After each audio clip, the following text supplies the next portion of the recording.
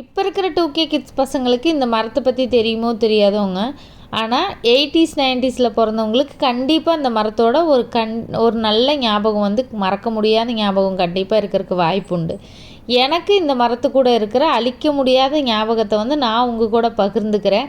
உங்களுக்கு அந்த மாதிரி ஏதாவது இந்த மரத்தை பற்றி ஞாபகம் இருந்ததுன்னா நீங்களும் கமெண்ட் பாக்ஸில் பகிர்ந்துக்குங்க. மற்றவங்களும் நம்மளை மாதிரி நம்ம ஒருத்தரோட ஒருத்தர் கருத்து வந்து நம்ம இந்த மாதிரி பழைய ஞாபகங்களை பகிர்ந்துக்கலாம். இந்த மரம் பார்த்திங்கன்னா எங்கள் ஊரில் ஒரே ஒரு தோட்டத்தில் எனக்கு அந்த வயசில் ஞாபகம் இருந்தது.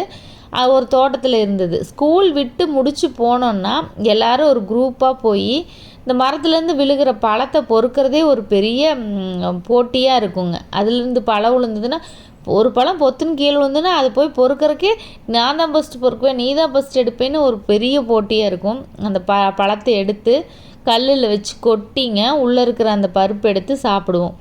இந்த மரத்துலேருந்து கிடைக்கிற இந்த பழத்துலேருந்து கிடைக்கிற பருப்பு தான் பாதாம் பருப்பு. இதுதான் பாதாம் மரம்னு நான் ரொம்ப வருஷம் நினச்சிட்டு இருந்தேன்.